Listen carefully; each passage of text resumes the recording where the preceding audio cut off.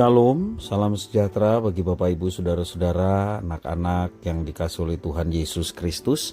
Berjumpa kembali bersama saya Pendeta Eka di dalam renungan firman Tuhan pada hari ini, hari Senin 20 Maret 2023. Sukacita dan damai sejahtera dari Tuhan Yesus kiranya menyertai hidup kita sekalian. Puji nama Tuhan. Sampai pada pembacaan firman Tuhan hari ini, yakni kitab Daniel pasal yang kelima. Kiranya firman Tuhan memberkati kita sekalian. Baik, sebelum kita akan merenungkan bagian firman Tuhan hari ini, mari kita akan berdoa bersama. Tuhan Bapa di surga, di dalam Yesus Kristus, kami datang kepadamu mengucapkan syukur dan terima kasih buat anugerah, penyertaan, berkat yang senantiasa Tuhan limpahkan dalam hidup kami. Biarlah semua itu boleh menjadikan kami semakin mengenal pribadi Tuhan yang baik, agung, luar biasa di dalam Yesus Kristus. Dan kami mau terus mengabdikan diri kepada Tuhan melalui hidup kami. Dan sebentar kami ingin belajar firman Tuhan. Kau yang mampukan untuk kami dapat mengerti apa yang Kau maksudkan. Kau juga menolong kami untuk kami dapat menerapkannya. Terima kasih Bapa, terpujilah namamu. Demi nama Tuhan Yesus kami berdoa. Haleluya, amin. Daniel pasal yang kelima, saya akan membacakan ayat 17-30. Demikianlah firman Tuhan. Kemudian Daniel menjawab raja, "Tahanlah hadiah tuanku, berikanlah pemberian tuanku kepada orang lain. Namun demikian, aku akan membaca tulisan itu bagi raja dan memberitahukan maknanya kepada tuanku.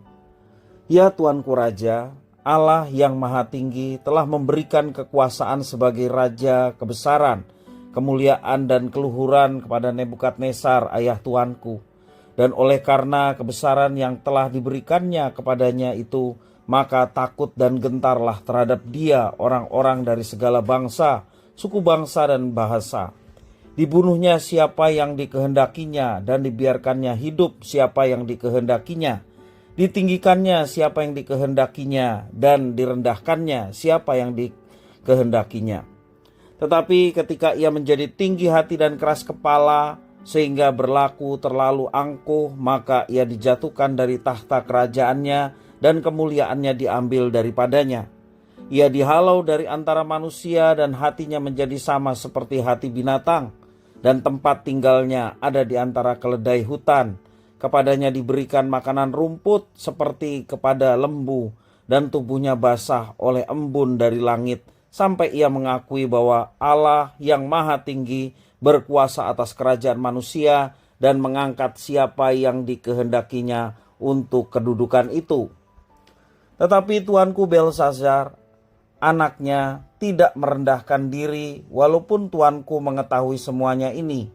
Tuanku meninggikan diri terhadap yang berkuasa di sorga.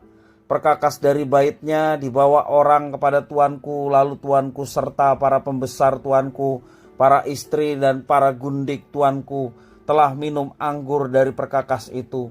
Tuanku telah memuji-muji dewa-dewa dari perak dan emas, dari tembaga, besi, kayu dan batu, yang tidak dapat melihat atau mendengar atau mengetahui, dan tidak tuanku muliakan Allah yang menggenggam nafas tuanku dan menentukan segala jalan tuanku.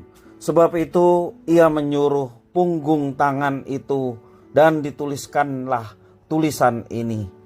Maka inilah tulisan yang tertulis itu, Mene, Mene, Tekel, Ufarsin. Dan inilah makna perkataan itu.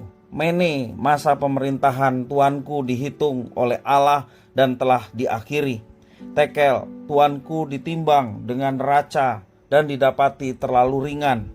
Peres, kerajaan tuanku dipecah dan diberikan kepada orang Media dan Persia. Lalu atas titah Belsazar dikenakanlah kepada Daniel pakaian dari kain ungu, dan kepada lehernya dikalungkan rantai emas. Dan dimaklumkanlah tentang dia bahwa di dalam kerajaan ia akan mempunyai kekuasaan sebagai orang ketiga. Pada malam itu juga terbunuhlah Belsazar, raja orang Kasdim itu.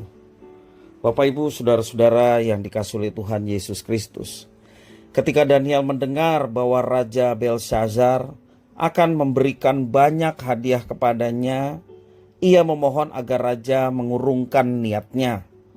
Daniel meminta Belshazzar, raja Kasdim itu, raja orang Kasdim, pengganti Nebukadnezar, dia meminta agar raja memberikan hadiah tersebut kepada orang lain saja, tidak usah kepadanya. Di sini terlihat jelas bahwa ia bekerja dan melayani raja bukan karena imbalan, melainkan satu kesadaran akan tugas dan tanggung jawabnya sebagai seorang hamba di kerajaan orang Kasdim itu. Lagi pula, Daniel tidak akan mengotori karunia Tuhan Allah yang diberikan kepadanya hanya karena kesenangan duniawi, yakni hadiah yang diberikan raja. Ya, kita tahu kalau raja yang berkuasa memberikan hadiah, tentunya hadiah yang besar dan diinginkan oleh banyak orang. Dan itu Daniel tidak menginginkannya. Cukuplah kasih karunia yang dipercayakan Tuhan atasnya. Dia tidak mementingkan diri sendiri ataupun hal-hal yang duniawi. Luar biasa Daniel. Sebelum Daniel menjelaskan makna dan penglihatan Belshazzar, ia terlebih dahulu menceritakan kisah kelam dari Raja Nebukadnezar.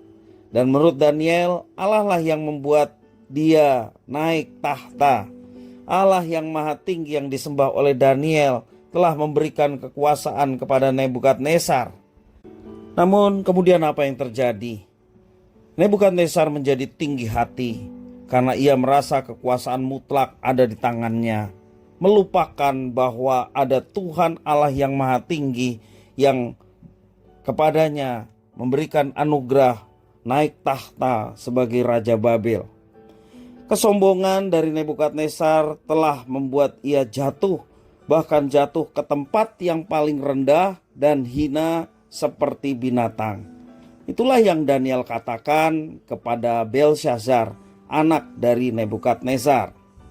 Bapak ibu saudara-saudara yang dikasihi Tuhan, kita perhatikan rupanya Belshazzar mengikuti jejak kesombongan ayahnya. Sifat buruknya telah mendorong Belshazzar bertindak kurang ajar terhadap segala perkakas bait suci untuk dipakai sebagai cawan anggur untuk pesta pora. Bapak ibu saudara-saudara, terlepas bait suci sudah tidak ada lagi pada waktu itu, dan perkakas-perkakasnya diangkut oleh Raja Babel. Tetapi kita melihat bagaimana Tuhan tetap menghargai bagaimana alat-alat yang digunakan untuk bait suci, untuk penyembahan di bait suci, justru dipakai untuk tindakan yang tidak tepat.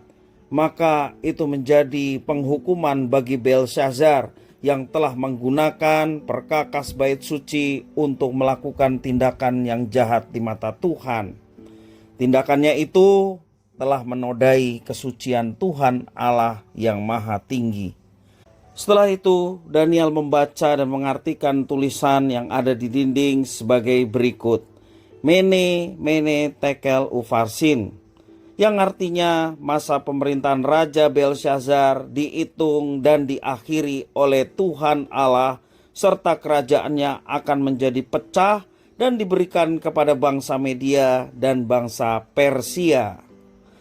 Penghukuman dari Tuhan Allah memperlihatkan ketidaklayakan Belshazzar menjadi pemimpin orang Kasdim.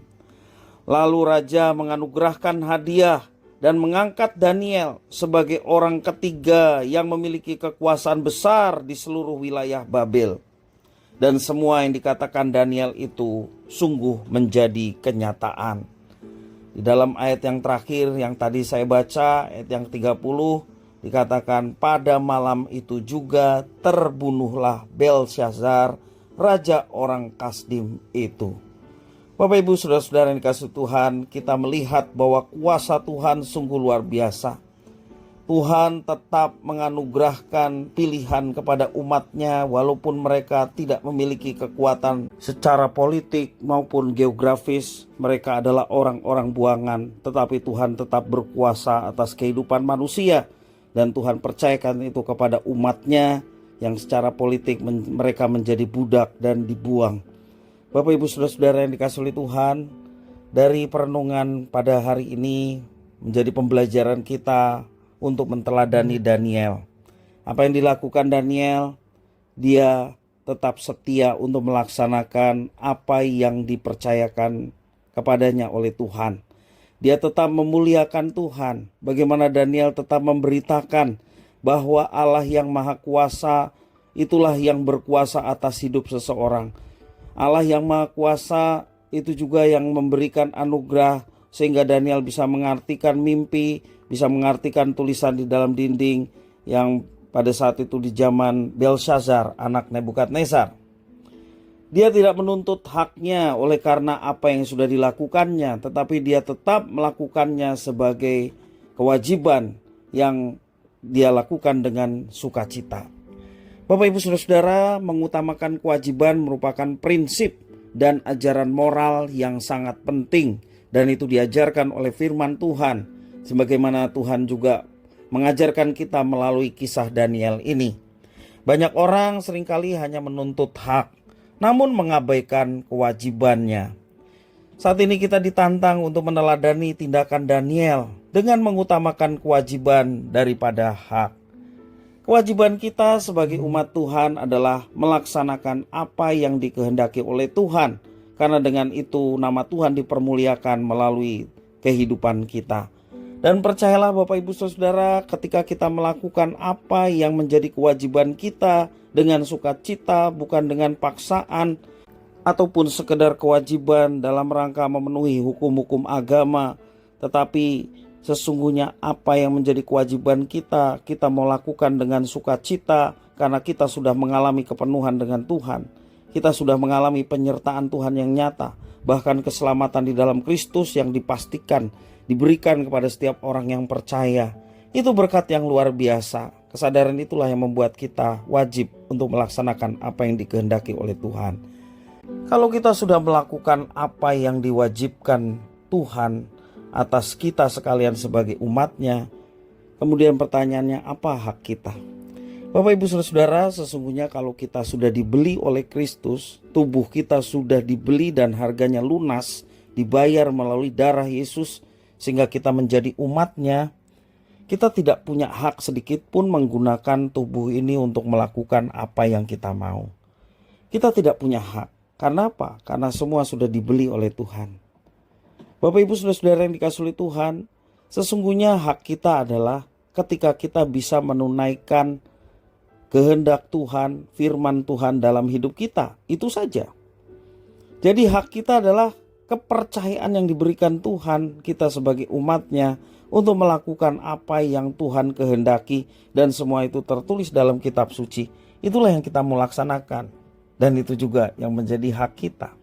Jadi antara kewajiban dan juga hak itu memiliki satu hal yang istimewa buat umat Tuhan.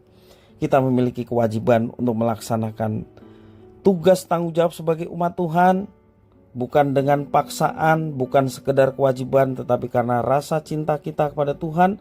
Demikian juga hak kita adalah kita menunaikan apa yang dipercayakan Tuhan atas kita untuk kita kerjakan.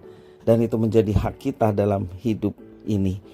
Kiranya apa yang boleh kita dapatkan dari teladan Daniel memberkati kita sekalian. Mari kita terus bersandar kepada Tuhan. Mari kita terus beritakan bahwa Tuhan yang kita sembah adalah Tuhan yang berkuasa atas segala sesuatu. Jangan ragu-ragu akan hal itu, tetapi tetapkan diri kita untuk senantiasa bersandar dan berharap kepada Tuhan yang Maha Kuasa di dalam Yesus Kristus. Maka hidup kita akan melihat kuasa dan penyertaannya yang sungguh luar biasa. Kiranya firman Tuhan memberkati kita sekalian. Mari kita berdoa. Terima kasih ya Tuhan atas firman-Mu. Mampukan kami untuk mengerjakannya dalam hidup kami, sehingga nama Tuhan dimuliakan. Terima kasih Bapa. Demi nama Tuhan Yesus kami sudah berdoa. Haleluya. Amin.